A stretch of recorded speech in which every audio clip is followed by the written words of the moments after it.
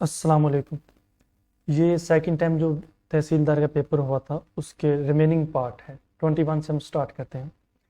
Which country has more airports? तो इसका answer था यूएसए। अगला सवाल है, पनामा कनाल कनेक्ट बिटवीन, ये दो समंदर्स को मिलाती है जिनमें एक पैसिफिक ओशन है, एक है Atlantic ocean. Old name of Sahiwal, इंतहाई आसान सा सवाल है। Old name of Sahiwal is mint गुमरी।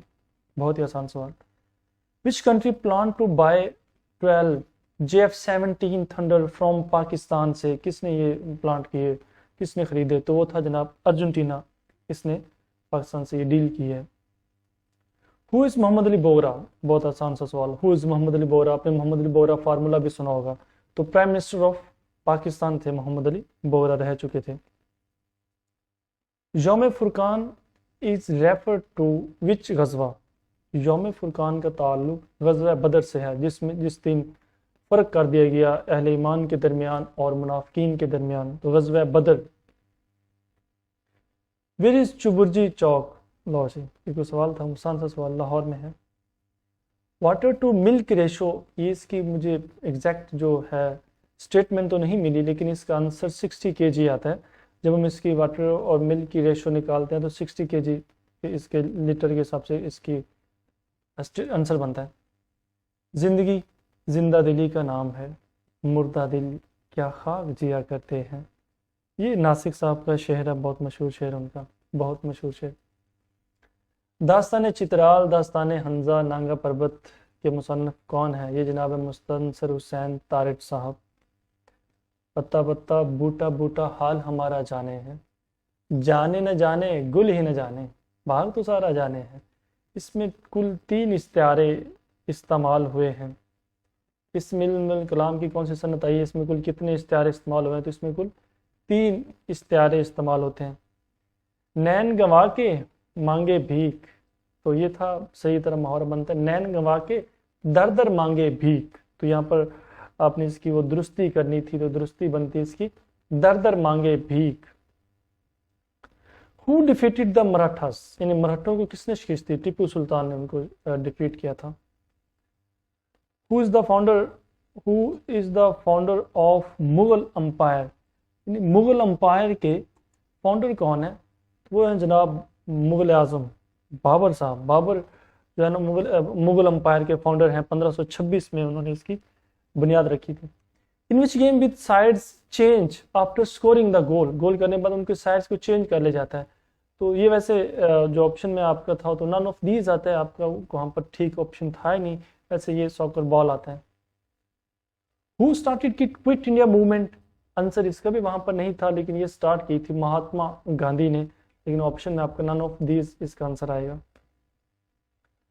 अगला सवाल है, control plus R use for, ये हम इस्तेमाल करते हैं राइट अलाइनमेंट के लिए। राइट अलाइनमेंट के लिए इस्तेमाल की जाती है कंट्रोल प्लस आर। इससे अगला सवाल है कि विच की is used for spelling correction, spelling ठीक करने के लिए आप कौन सी की इस्तेमाल करते हैं? वो होती है जनाब F7। Email with same letter to send to different person, एक ही सेम लेटर वाली जो ईमेल है आप उसे डिफरेंट पर्सन सेंड करना चाहते हैं, तो उसके आप क्या उसके नाम देंगे? लेकिन आपके ऑप्शन में ये ठीक आंसर था नहीं, तो इसका आंसर आएगा none of these. Which are dried birds, dried birds क्या है? ये ऑप्शन में था क्लोव्स। क्लोव्स जो है ना ये ड्राइड बर्ड्स कहलाती है। Which which planet take most time around the sun, यानी सूर्य की गिर्द मूव करने के लिए कौन सा प्लानिट ज्यादा टाइम लेता है? तो वो जो सूरज से यानी कि दूर तरीन जो प्लानिट है ना नेपच्यून, ये लॉन्गेस्ट टाइम लेता है अपना एक राउंड मुकम्मल करने के लिए। पानी वानी रोटी वोटी क्या कहलाते हैं? ये जनाब कहलाते हैं लफ्ज़ मोहमिल। ये मोहमिल लफ्ज़ होते हैं जिनके कोई मानी नहीं होते, यानी कि पानी के साथ जो वानी आया ये कोई लफ्ज़ नहीं है। वोटी जो आया इसका कोई मानी नहीं है, बस ये पानी की मिकदार को या बढ़ाने के लिए कहते हैं पानी वानी रोटी वोटी है, तो उसके साथ इस्तेमाल किया जाता है। इसलिए ये लफ्ज़ मोहमिल लफ्ज़ होता है। लफ्ज़ मौजू एक होता है, लफ्ज़ मोहमिल होता है। मौजू जिनके कोई मानी होते हैं और लफ्ज़ मोहमिल जिनके कोई मानी नहीं होता। अलवियत का तस्वुर किसने दिया? आप एमए के सिलेबस में लॉन्जेनिस का तस्वुर पढ़ते हैं, जिन्होंने एमए उर्दू किया वो जानते होंगे। तो अलवियत का तस्वुर लॉन्जेनिस ने दिया। उर्दू में उसे सबलाइम भी कहते हैं, इंग्लिश में सॉरी, और उर्दू में उसे अजमत, अलवियत के मानी अजमत का तस्वुर भी आता है। अदब में जो अजमत के बारे में बात करते हैं। Who presented the law of gravity? Law of gravity किसने पेश की है? ये जनाब पेश की है आइजैक न्यूटन ने। ये साइंस के स्टूडेंट के लिए तो बड़ा ही सिंपल सा क्वेश्चन था। Area between river Jhelum and Chenab, Jhelum और चिनाब के दरमियान जो एरिया आता है इसे हम क्या कहते हैं? चज दोआब। चज CHA से बनता है चिनाब और जे से झेलम, तो चज दोआब यानी कि जो झेलम और चिनाब के दरमियान एरिया आता है। Who is the administrative head of the province? Province के हेड, एडमिनिस्ट्रेटिव हेड कौन होता है? चीफ मिनिस्टर यानी CM, वज़ीर आला साहब जो होते हैं ना, प्रोविंस के एडमिनिस्ट्रेटर होते हैं। अगर मैं आपसे पूछूं कि स्टेट के, कंट्री के, रियासत के जो एडमिनिस्ट्रेटिव कौन होता है, हेड ऑफ द स्टेट कौन होता है, administrative head of the state, तो वो जनाब से सोचा आपने प्राइम मिनिस्टर, PM होते हैं। Who is the secretary general of SAARC?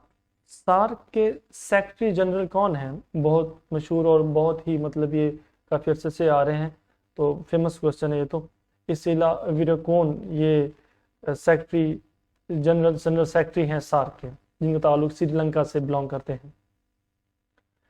Sovereignty in Islamic government belong to? Islamic government में जो सोवरेंटी है वो किससे बिलोंग करती है? अल्लाह अलमाइटी से, लेकिन ये ऑप्शन में था नहीं तो आपका आंसर आएगा नन ऑफ दीज, इसका ऑप्शन में ठीक ऑप्शन बनता था। जाड़े की चांदनी से क्या मुराद है? इसके लिए माजरत, वो पहले सवाल ये स्टेटमेंट मिली थी कि जाड़े की चांदनी किसकी किताब है, किसका नावल है, लेकिन अब वो स्टेटमेंट ठीक स्टेटमेंट मिली कि जाड़े की चांदनी से उसके मानी पूछे गया, ना कि उसका किताब का नाम पूछा गया। तो जाड़े की चांदनी से मुराद है बेफायदा। कुछ व्यूअर्स नाराज़ भी हो जाते हैं इस मिस्टेक से जो ये हो जाती है, लेकिन दरअसल वो सवालात जल्दी मिलते नहीं हैं, वो सर्च करने पड़ते हैं, वो मुख्तलिफ जगहों से या फिर दोस्त अहबाब से पूछना पड़ता है। तो फिर जिसके ज़हन में जैसी स्टेटमेंट आती है तो फिर वो उस तरह से हम सवाल बन जाता है, लेकिन उसके लिए फिर भी माजरत। लेकिन ये असल में ये सवाल पूछा गया था, जाड़े की चांदनी के मानी वगैरह पूछे गए थे, तो जो ऑप्शन में आपका बेफायदा इसकी बनती थी। अच्छा, जिसका मतलब जाड़े की मतलब चांदनी क्या होती है? सर्दियों वाली, तो वो किसी काम की नहीं होती। Real name of Shah Waliullah?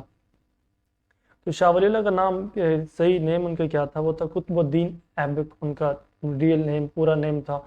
ये भी सवाल वैसे फेमस क्वेश्चन आता रहता है। Who abolished the Khalifa in the Turkey? यानी कि जो खिलाफत जो है ना, खिलाफत, हु अबॉलिश्ड द खिलाफत? तुर्की के अंदर 1924 में खिलाफत को, यानी कि यहाँ पे ईयर तो नहीं पूछा या ना उन्होंने बताया, लेकिन 1924 में खिलाफत को अबॉलिश्ड किया गया था। तो किसने अबॉलिश किया था? मुस्तफ़ा कमाल अतातुर्क थे। ये सवाल भी रिपीटेड है। Second time paper mostly past paper ही से उठाया गया, तकरीबन कोई 60 to 70% पेपर वही है जो पास्ट पेपर्स में आता रहता है। जिन्होंने पास्ट पेपर पढ़े उनके लिए बड़ा ये समझ लें एक तरह से वो हलवा पेपर था। शॉर्टकट की of select the text? Logic, बड़ा आसान सवाल। Ctrl+A आप डायल करते हैं किसी भी, अगर आपने पूरा टेक्स्ट सेलेक्ट करना होता करते हैं Ctrl+A। इस तरह विच कंपेनियन ऑफ रसूल सल्लल्लाहु अलैहि वसल्लम mentioned in the Holi Quran? यानी कुरान पाक में हज़रत नबी करीम सल्लल्लाहु अलैहि वसल्लम के किस साथी का जिक्र है, मतलब किस सहाबी के कुरान पाक में जिक्र है? ये भी बहुत इंपॉर्टेंट सवाल और रिपीटेड सवाल है। हज़रत ज़ैद बिन हारिस रज़ी अल्लाह ताला अन्हु का जिक्र है कुरान पाक में। अच्छा, बात वो सूरत भी पूछ ली जाती है कि किस सूरत में जिक्र आया, और फिर ना सिर्फ सूरत, और वो आयत भी पूछ ली जाती है कि किस आयत में आया। तो देखते हैं आप में से इसका, आप मुझे कमेंट सेक्शन में जवाब दीजिएगा कि उनका नाम जो है ना किस सूरत में और उस सूरत के किस आयत में आया, किस वर्ष में आया। मोस्ट इंपॉर्टेंट पार्ट ऑफ हज, ये भी आसान सा सवाल था। वकूफ़ अरफात जो है ना, ये हज का बहुत इंपॉर्टेंट पार्ट होता है। IP स्टैंड फॉर, ये भी मतलब सिंपल सा क्वेश्चन था। एब्रीवेशन है, जो एब्रीवेशन है ये बड़ी आसान सी एब्रीवेशन आई थी। इंटरनेट प्रोटोकॉल, बहुत आसान सी abbreviation. Next question is when first census held in Pakistan? Pakistan में पहली दफ़ा मरदमशुमारी जो कब हुई थी? तो पाकिस्तान में पहली दफ़ा मरदमशुमारी हुई थी 1951 में, 1951 में। ये 60 तक क्वेश्चंस हैं। जैसे बाकी क्वेश्चंस मिलते हैं जो तसल्ली बख्श हों, क्योंकि क्वेश्चंस तो हैं मेरे पास काफ़ी, लेकिन उनमें से बहुत सारे डाउटफुल हैं और फिर आप में से बहुत सारे अहबाब नाराज़ हो जाते हैं। और वो कमेंट बॉक्स में नाराज़गी का अच्छा खासा इजहार करते हैं, तो उनसे अगेन माजरत। इसलिए मैं थोड़ा सा वेट कर रहा हूँ कि तसल्ली बख्श क्वेश्चंस मुझे स्टेटमेंट मिल जाएं, तो फिर बकिया क्वेश्चन भी 40 अपलोड करूँगा। बल्कि अब तो 1 से लेकर 100 तक कंप्लीट एक वीडियो बनाता हूँ, और वो 1 से 100 तक आपको कंप्लीट एक ही वीडियो में दोबारा से वो जो मिस्टेक्स भी अगर कहीं आ गई किसी स्टेटमेंट में, उसको दोबारा से अपलोड कर देता हूँ। ठीक है, बेस्ट विशेज़, आप अपनी क्वेरी चेक कीजिए।